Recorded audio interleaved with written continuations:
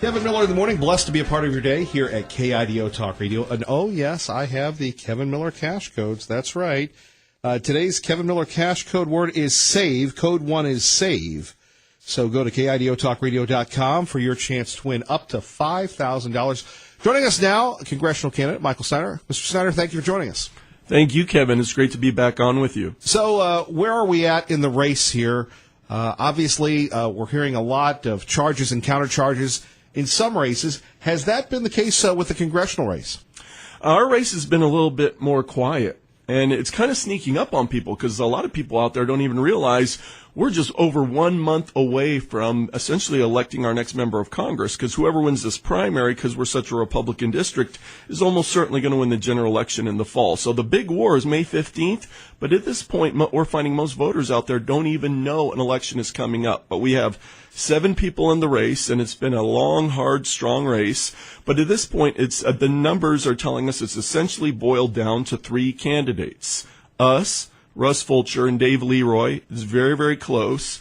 And some of the others have kind of fallen by the wayside. So we've been working extremely hard, and our numbers have been rising. We feel like we have the momentum, but it's anybody's ball game at this point, along with lieutenant governor, very competitive races. So people need to get involved and go out and vote, because literally every vote is going to count in this election. Well, I was just going to ask you, are you happy that you're in the race? But obviously you are. How would you explain your competitiveness, considering these other folks have been involved in politics at the state level for quite some time? Your thoughts? Yeah, when we originally entered this race back on July 4th of last year, some of the people down in Boise said, well, we like you, Michael, but we don't expect that you're going to have a chance to win, because there are other more established politicians in the race. But I think there's a few really key factors that have helped us really rise in the polls. One is that, we've run a very strong pro-Trump campaign where we've stood with the president, and President Trump is the most popular political figure in the state of Idaho. And when he ran for president, he set forth an agenda that electrified people all across the country. And we've strongly identified with that agenda more than any of the other candidates. And I think that's really helped us. Now, the second thing is that this is a conservative district, one of the most conservative in the country, and it has a history of electing the most conservative candidate when there's an open primary, going back to Helen Chenoweth, who we identify with very closely, going back to Bill Sally, Raul Labrador. And so in this race, we are the most conservative campaign. In fact, at every candidate forum, I get up and, I say, hey, we're the most conservative campaign. Even the Coeur d'Alene Press says that. But I challenge people, don't take their word for it. Get our campaign brochure or go to our website, michaelsnyderforcongress.com, and compare what we believe to the others. And you know what? When I do that challenge, I've never had a single voter come back to me later and say, Michael, I actually think one of the other guys is more conservative. And you know what? None of the other candidates has ever challenged me on that either, because everyone knows that we really are the most conservative, and I think that's really helped us. And then thirdly, we're very, very bold about our faith. I'm a Bible-believing Christian. I have a personal relationship with Jesus Christ, and everywhere I go, I tell people we want to take Christian values back to Washington, D.C., and that really resonates with so many people in our district. Michael Snyder joining us, Kevin Miller in the morning here at KIDO Talk Radio. Let's go inside the race. Many people are amazed at the amount of signs that you have. I was on my way to Midvale, and I saw Michael Snyder signs.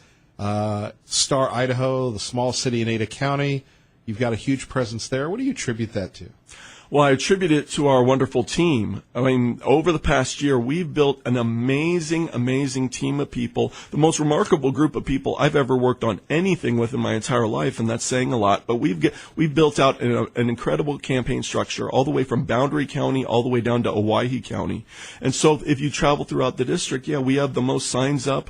Our team's working hard. In fact, political people down here in South Idaho we talk to, they openly acknowledge, Michael, the reason why you guys are doing so well is you guys have run the best campaign. Your team is working the hardest. I always said we're going to outwork and out-hustle the other guys, and we really have been, but now we have to finish it off over the last 30 days if we're going to pull out a victory, because we're not in this for second place. I mean, we've worked incredibly hard to get where we are. Now we have an opportunity to potentially win this thing, but if we come up just short, it's going to be heartbreaking because we really have come so far.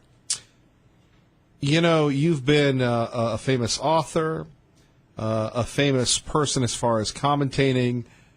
You've been published several times. You're known better nationally than you are, let's say, locally, which is, ideal. You come to Idaho, you can fire things off and have this anonymity. As someone who's jumped into it for the first time, what have you learned? What have you learned from the people on the trail?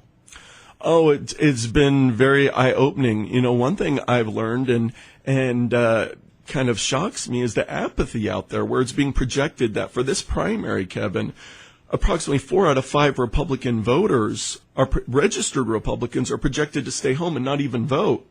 So, and then, in 2016, the presidential primary, only 23% of registered voters got out and vote. So, we need to get people out to vote and get engaged in the political process. And just as someone who's come in as a kind of a political outsider, yeah, it can be a little overwhelming at first, but you know what? If you work hard, you really can get in, you can make a difference. And so I'd just encourage anyone out there who's saying, I could never run for office, it's too intimidating. Really, if you're willing to get in and get engaged and work hard, you can run for office, you can do things. And, and there's around the state, there's people running that are running unopposed in some of these primaries. Look at District 2. No one's even running against Mike Simpson, and that troubles me. I'd like to see more people engaged in the process. Make your case against your opponents. A lot of people would say, Michael Snyder, we like you, but we hear from David Leroy, he's with Donald Trump. You're with Donald Trump. Right. Russ Fulcher's with Donald Trump. What makes you the Trump guy? Right. Well, one of the things that makes us the Trump guy is we were with Trump from the very, very beginning. When he originally started running for president, while we know that Dave Leroy was originally a Marco Rubio guy, Russ Fulcher was a Ted Cruz guy, all the leading contenders were originally with someone else, but we believed in the Make America Great Again agenda from the very beginning, and we believe in all of that agenda, not just a little bit. Now, you look at someone like Dave Leroy, he held some very important offices back in the 80s, ran for this seat against Helen Chenoweth in the 90s and lost, and he was the moderate alternative to Helen Chenoweth. And all throughout his political career, Dave Leroy was known as a moderate. And even today, if you compare what he believes to us, or I even had a conversation with Dave at one point, and he openly acknowledged, he was like, Michael, I'm with you on about 50% of stuff, but 50% of stuff I just can't get there. And so Dave Leroy doesn't believe what Michael Snyder believes. He's not as conservative. And so, but people may be drawn to his experience or they like him personally. But the truth is that he's a more moderate option than we are. And the same thing, of course, is true with Russ Fulcher. In fact, if you get Dave Leroy literature and Russ Fulcher literature and hold it up and compare it, they sound like the same guy. So, and there's not only a difference in substance between those guys and us, but there's a huge difference in style, where they're your professional politician. They're going to go to Washington, work within the system, try to get some things done, play the game. While our perspective is this: I'm not going to Washington to be a cog in the system. I'm going to Washington to turn the system upside down. I'm not just going to fill a seat in Congress. I'm going to change Congress, because people hate Congress. Kevin, I was yeah, they do. Last night, we were holding an event over in Nampa, and the night before in Middleton. In both events, I asked people, I said, raise your hand if you think Congress is doing a good job. And you know what? Not a single person did. But these are Republicans I'm talking to, conservatives, and Republicans are in control of Congress. People hate Congress as a 15% approval rating nationally, and people want a change. And I'm going there to Congress literally to take our government back, because doing nothing, that's not an alternative. People are sick of Congress and they want to change. Michael Snyder joining us here, Kevin Miller in the morning at KIDO Talk Radio. Starting the day on the right side. So what do you say to people, and I'm sure you've heard of this, where they say, Michael, you're a conservative, Russ Fulcher's conservative, you shouldn't be in the race because Russ is in the race. What do you say to that? Well, originally, if you go all the way back to last May, Raul Labrador announced he was running for governor. Immediately, Dave Leroy jumps into the race officially. He did. Yeah, immediately. Yeah. Dave Leroy was the first. But I was in his office not too long ago when we were talking about this, and he said, Michael, you were second, because I came out right after that, came on radio shows, and I told everyone, Well, I'm not officially announcing, but it looks like I'm really, really, really leaning toward entering this race, probably going to enter very soon, but I didn't officially enter till July 4th. But well over a month ahead of time before Russ Fulcher got in, and it was a total surprise to everyone, I was letting everyone know, looks like I'm going to run. Then Russ Fulcher jumps in at the very end of June, just a few days before I'd been telling everyone I'm going to make my big announcement. And so me and Russ got in right there officially at about the same time. And so ever since then, people said, well, this and that. But what I would suggest to people, if they really examine us closely in terms of positions, Russ and Dave are far, far closer together than Russ and Michael Snyder, both in substance and in style. So if people want politics as usual, and they like the job that Congress is doing, well, I think they have a couple of really good choices in Russ or Dave. And if either of them goes to Congress, they're going to be very, very similar in terms of how they would be as a member of Congress. Well, I'm going to be completely different. I'm going there to be a wrecking ball to the spirit of political correctness. For example, at the forum the other night, before we knew that Paul Ryan was leaving Congress, I had made a pledge that I would never vote for Paul Ryan for Speaker of the House. And I was begging either Russ or Dave or any of the other candidates to join me in that pledge. But, of course, none of them were willing to take that stand at that time. And on position after position, Russ and Dave, publicly, they're taking very, very similar positions. But if some people want something very different, I'm your guy. Michael Snyder joining us here as we move along. Anything that you would like to say about immigration? That seems to be, is that the number one issue on the trail? Is it immigration, or is it security, or is it the economy? What's the big issue when you're on the trail with folks? Well, over the last couple of days, everyone's talking about the situation over in Syria. Should we have military intervention? Should we not have military intervention? And I actually feel very strongly about this. I do not want to see a military strike. This is a very precarious situation. You've got Russia, which has said, hey, if you launch missiles, we're going to shoot them down, and then we're going to strike back at the source of the missile launch. And so a military intervention now could potentially put us in direct military conflict with Russia. And overall, I don't believe that we belong in the civil war in Syria. I don't believe there's a fundamental national security interest there. And if we're going to get involved militarily, if we're going to ask good men and women to potentially die for our country, there better be a fundamental national security interest. So everyone that I've been talking to overwhelmingly in the past several days, they don't want us to get involved in a war in Syria. And I'm 100% opposed to that. And I believe ultimately we need to get to the bottom of what happened there, get the facts, and ultimately if something needs to be addressed, go through the United Nations, before we rush to war, rush to military conflict. Because if we rush into something, we could start a major regional war, or potentially down the road, if things escalate, even worse. People are very concerned about that over the past few days, Kevin. I'm very concerned about that, and I hope cooler heads prevail. Mr. Snyder, we appreciate you. Thank you for joining us, sir. Thank you so much, Kevin. You're listening to Kevin Miller on KIDO Talk Radio. And God bless you. Good morning. Kevin Miller in the morning here, KIDO Talk Radio. And this interview about ready to air on ABC television this weekend. Let's take a listen. James Comey talking to George Stephanopoulos about what a bad guy Donald Trump is. Fired by President Trump, that was an event that shook Washington, sparked the appointment of Special Counsel Robert Mueller. And we'll have that clips of that interview coming up. Phone number is 580-5436. 580-KIDO. Do want to tell you, coming up this week, Thank You Thursdays. I know you're thinking Friday, Kevin. It's a little early. You're going to want to tune in to win Kevin Miller's dinner from Indian Creek Steakhouse.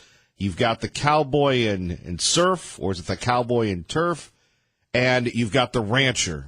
And we're going to be giving those away next Thursday. Oh, man. Went out once again to Indian Creek Steakhouse, had a great time, and really enjoyed myself. But we want to make sure that you get something for listening to the program. Some call it bribery. We like to call it Thank You Thursday. So listen next week for your chance to win, courtesy of our great friends at Indian Creek Steakhouse. Let's go to R&R. Good morning. You're on KIDO Talk Radio. Good morning, sir. Morning, Kevin. Hey, just to guarantee that we really do get a lot just from listening, even if we're not rewarded with food. But I really enjoyed your your flavor with Mr. Snyder this morning. He really comes through as an authentic human, and I wanted to call in while he was there, but my agenda is people that are incarcerated inside the walls, call them correctional facilities, prisons, summer camps. There's a lot of humans there that deserve a right to vote, especially if they've just got misdemeanors. And furthermore, I would love to see your programming reach them somehow through a cooperative effort with prison reform, and they can listen to you up till lights out time. You bring a lot of hope to this generation. There's a lot of people that are compartmentalized, put into holes, and made into less than good humans. But I know their hearts, having worked with them over my career. So thank you, Kevin, and let's keep being the voice of reason in the morning, and certainly make this not Friday the 13th with any calamities. But you're a good human. Thanks for your voice in the morning. Bye-bye. All right, R&R, God bless. It is 6:25, Kevin Miller in the morning. Oh, well, we've got our New Hampshire correspondent. My mom's saying she wants to go there. Well, if you're a good mom, maybe when you come in the next time, and we'll take that. All right, traffic and weather. Were you nervous? Yes. Comey was with a group of intelligence agency heads, briefing Trump and his top aides on how the Russians interfered in our election. President-elect Trump's first question was to confirm that it had no impact on the election. And then the conversation, to my surprise, moved into a PR conversation about how the Trump team would position this and what they could say about this. They actually started talking about drafting a press release with us still sitting there. And the reason that was so striking to me is that that's just not done. You know, it's interesting, James Comey, with his book and his movie and everything else, we have really crossed the Rubicon, dear brother, dear sister, here in the Treasure Valley. We'd like to think that we've inoculated ourselves from the cult of victimhood. Here we have the director of the FBI who was fired. Now, look, I've been that guy that everybody talks about in broadcasting. Well, you're hired to be fired. Look, I've been fired 5-6 times, probably be fired again. It's no fun. But you don't go out and cry and whine, and if you're a talk show host, you take one for the team and you move on. Here we have someone of much more distinct stature, of such much more elitism, acting like a spoiled little brat. And James Comey, in my mind, would have more credibility if you weren't trying to sell a book. And I love this, the outrage. And they were going to have a press release. Right, and you're talking to George Stephanopoulos. It gets better.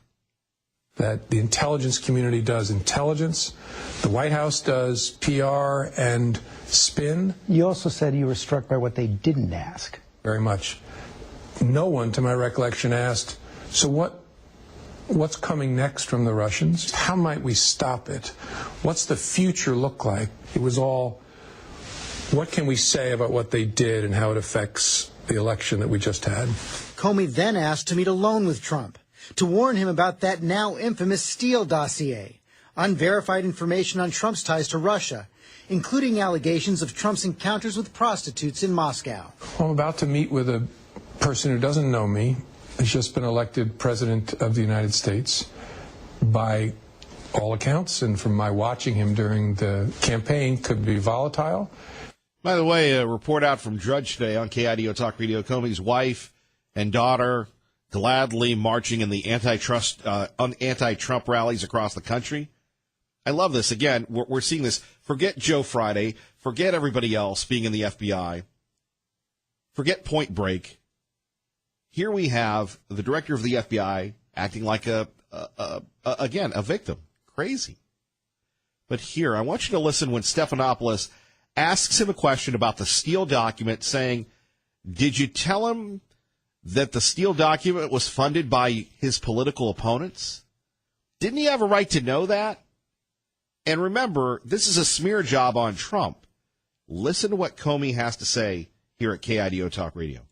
And I'm about to talk to him about allegations that he was involved with prostitutes in Moscow and that the Russians taped it and have leverage over him. Was there any choice there? Why, if this was salacious, and this particular part of the dossier unverified, still unverified, by the way? Yes. So far as when I got fired, it was unverified. Did you? Right. It is unverified. It was proven to be false. Why don't we just say that? More on this, and I'd love to get your thoughts as we sneak preview James Comey meets, that's NBC, hangs out with ABC's former Clinton operative, George Stephanopoulos. We'll talk about it next. Kevin Miller, KIDO Talk Radio. Good morning, Maggie. KIDO Talk Radio, Kevin Miller in the morning. Phone numbers 580-5436, 580-KIDO. Don't forget, while you're working, take KIDO Talk Radio along with you. Glenn Beck, Dave Ramsey, and then Sean Hannity will bring you home weekday afternoons, 3 to 6. If your commute's a little longer, Lars Larson from 6 to 9. Joining us now as part of our exclusive partnership with Fox News Radio here in the Treasure Valley, Toddy J. Powers joins us on KIDO Talk Radio. Good morning. Hey, good morning. Good to have you with us here at KIDO Talk Radio. So what's the most hated household chores? I'm sure we've got a big list of them. We do, but there is oddly one thing that everybody agrees on. And by the way, this study was done.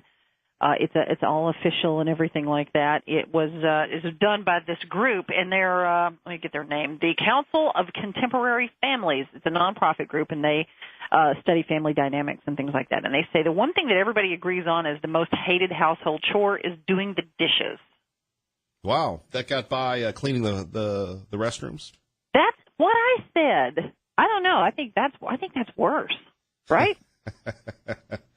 Now that's scary that you and I are thinking the same thing. I wasn't going to point that out, but okay, yeah. I don't know. Okay, if you have to do the dishes, let's say there's a dishwasher involved. Which is your least favorite part? Putting them in or taking them back out and putting them up? Equal. Really? Yeah. Okay. See, I don't mind loading the dishwasher, partly because I'm kind of picky, and I know that, I don't want to be that guy that comes along after somebody else has tried to be nice and load the dishwasher and then rearrange it. Sure. Because there are certain ways you put things in and it gets cleaner and, you'll have to redo it or whatever later. But it's the putting them away part that just, I don't know, drives me nuts. Indeed. Toddy J. Powers joining us here at KIDO Talk Radio. When we take a look at, I guess, the time of year, since there's really no football, it's kind of rough because then you can't get out of it. Usually if you have something else to do, but if you've got to do the chores, do the chores. How did yard work come in? That was another one people didn't like to do. But, here's what I thought was interesting. There's a report from the Atlantic, and they say that women in heterosexual relationships who wash the majority of a household's dishes report they have less relationship satisfaction than women who have help from their partners. And you mentioned the yard mowing, the lawn cutting stuff.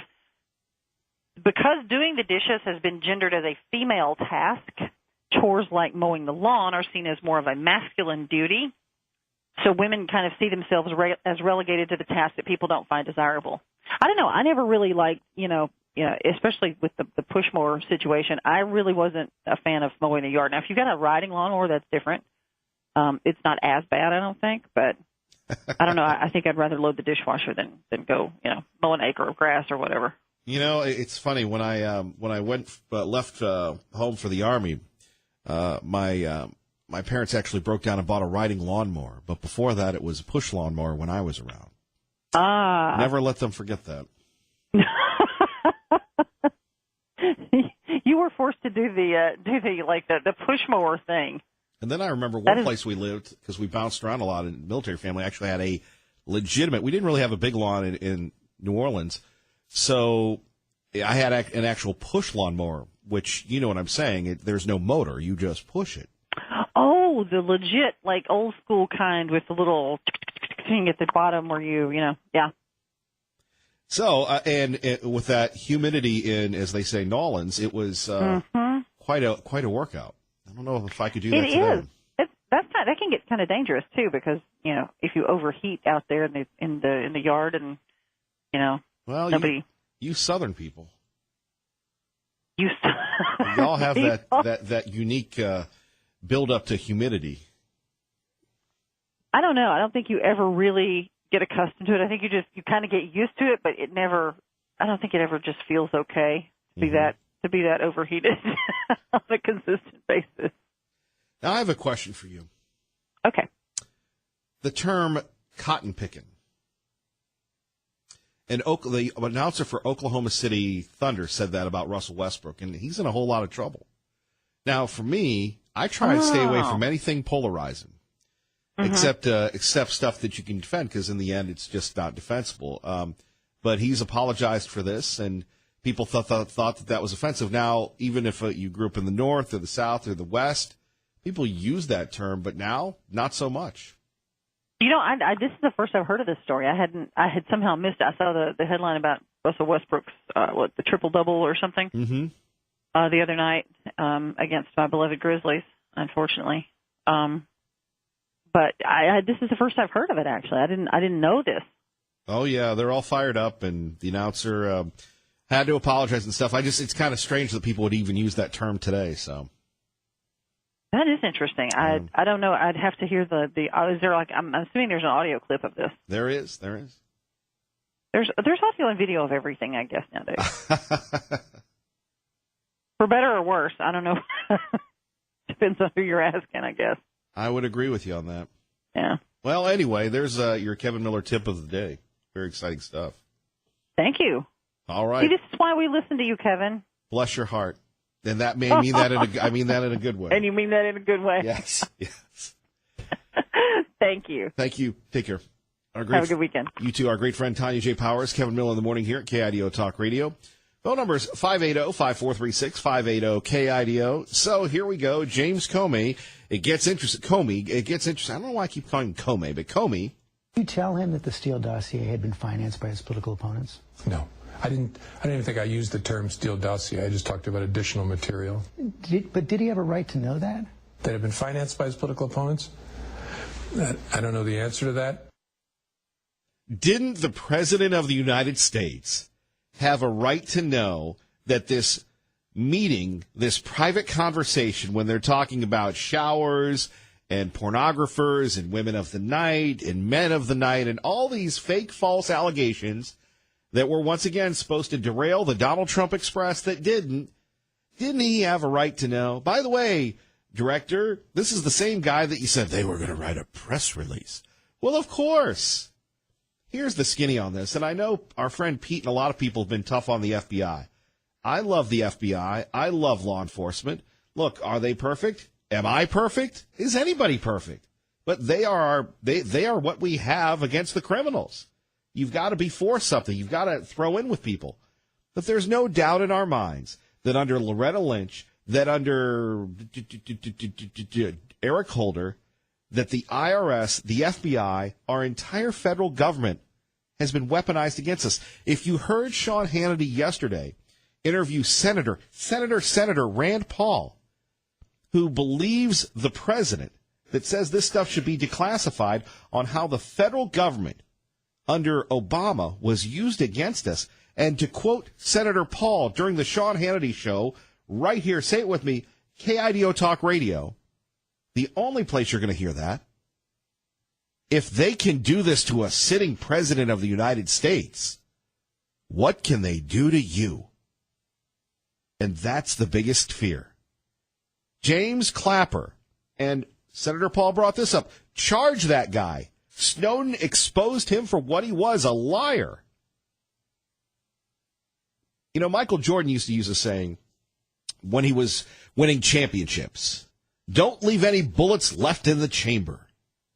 And I got to tell you right now, if they're this serious with Mueller and everything else, okay, Clapper, we're charging you. Sessions, get on it. If not, you're out. Rosenstein, gone. Again, in life, in politics, in sports, in religion, it comes down to you got to take a stand. And here we have this Weasley, George Stephanopoulos, asking the victim, James Comey, well, why didn't you? Well, I didn't think it was appropriate. Are you kidding me? It wasn't necessary for my goal, which is to alert him that we had this information. How graphic did you get? I think as graphic as I needed to be. I started to tell him about the allegation was that he had been involved with prostitutes in a hotel in Moscow in 2013 during a visit for the Miss Universe pageant, and that the Russians had filmed the episode. And he interrupted very defensively and started talking about it. Do I look like a guy who needs hookers? And I assumed he was asking that rhetorically. I didn't answer that, and then I just moved on and explained, sir, I'm not saying that we credit this. I'm not saying we believe it. We just thought it very important that you know. Did you tell him you thought it wasn't true, or you didn't know if it was true or not? I never said I don't believe it. So is it me, or does Director Comey just take the side of the Russians here? You're hiring this guy and you're thinking to yourself, hey, what the bleep? Are you on my team or not? Because I couldn't say one way or another. How weird was that briefing? Really weird. It was almost an out-of-body experience for me. I was floating above myself, looking down, saying, you're sitting here briefing the incoming president of the United States about prostitutes. Which he knew to be wrong, which he knew to be funded by the libs. And yet he didn't give Donald Trump the benefit of the doubt. He deserved to be fired. And now Mueller running around. I love having Chuck Ambrose on. We should have him on every day to give us the real truth, the real story on this. This is just wrong. I've been around a lot of people in law enforcement. I'm sure you have. You ever see anybody in law enforcement act like a victim? Act like this guy? In Moscow. January 27th. At a private dinner in the White House, President Trump raises the issue again. Says he may want me to investigate it to prove that it didn't happen. And then he says something that distracted me, because he said, if there's even a 1% chance my wife thinks that's true, that's terrible. And I remember thinking, how could your wife think there's a 1% chance you were with prostitutes peeing on each other in Moscow? I'm a flawed human being, but there's literally zero chance that my wife would think that was true. He's gone from victim to Dr. Phil to Dr. Oz to marriage counselor. Who's next? Dr. Ruth Westheimer? So what kind of marriage to what kind of man does your wife think there's only... This is just nothing but a cheap shot. I'm sorry to interrupt. I won't again. This is just nothing but a smear job. A 99% chance you didn't do that. And I said to him, sir, when he started talking about it, I may order you to investigate that. I said, sir, that's up to you, but you'd want to be careful about that, because it might create a narrative that we're investigating you personally. And second, it's very difficult to prove something didn't happen. Did you believe his denial? Honestly, never thought these words would come out of my mouth, but I don't know whether the current president of the United States was with prostitutes peeing on each other in Moscow in 2013. It's possible, but I don't know. Boy, it sounds just like a lawyer to try and disprove the negative, right? I love that. It's possible. Come on. 580-5436, 580-KIDO. You're listening to Kevin Miller on KIDO Talk Radio. He's taking 1 or 2 or 3 meetings with the president and retroactively putting his own spin on them to sell books. It seems to me like he sounds like a disgruntled ex-employee who, after the fact, wants to clear his conscience of what bothered him at the time. If you're that bothered, quit. Leave the job. And this man, I spend more time in the Oval Office in a given day than this man got to spend with the president over the course of his very brief tenure before he was fired. Kellyanne Conway with Fox and Friends. Good morning. You're home for Fox News on the radio, KIDO Talk Radio. Talking about, James Comey. Do you believe him and the attacks on President Trump? 580-5436, 580-KIDO. Let's go to the phones. Brenda in Boise with Kevin Miller. Good morning. Good morning, Kevin. We moved from California almost 25 years ago, and just a couple days ago, I tuned in a little late, and I didn't catch the gentleman's name. It was a realtor from California who was talking about discouraging people from, that it was the bubble. And at any rate, my question is, with this influx of people moving primarily from California to Idaho, who bought these properties in California? They're selling for, 3, 4, 5 times the amount, and then purchasing homes out here in Idaho. It just boggles my mind. Who's bought all these properties, and what is California truly coming into, especially when the governor of Oregon refuses to send National Guard in case to protect our borders. But it just seems like the whole Pacific West Coast would be open to who knows what. It seems very elitist and almost diabolical. I mean, who bought all these properties? And what is it transforming into? I mean, is there something to be concerned or worried about? Well, look, you got a lot of foreign nationals buying up California and parts of Washington. Yeah. Is it going to change? California is typically the pilot state for the rest of the country, and whatever happens there, it's just kind of scary. So, I don't know, I think we'd better just kind of keep our eyes open and see what starts to happen there. I agree. Brenda, thank you for the call. Let's roll the train. And Kevin Miller in the morning here. Coming up, David Leroy will join us. Don't forget your chance to win Kevin Miller's money, Kevin Miller's cash. Well, it's up to $5,000. That's right, up to $5,000. Now, all you have to do, very simply, listen at 6:05 and at 8:05 each and every morning with Kevin Miller Mornings on KIDO Talk Radio. I'll give you a cue, a code, and you type that in. And then Sean Hannity Afternoons. The more words you get, the higher your chances, the greater your chances of winning that $5,000. Kevin Miller, KIDO Talk Radio. Fox News next.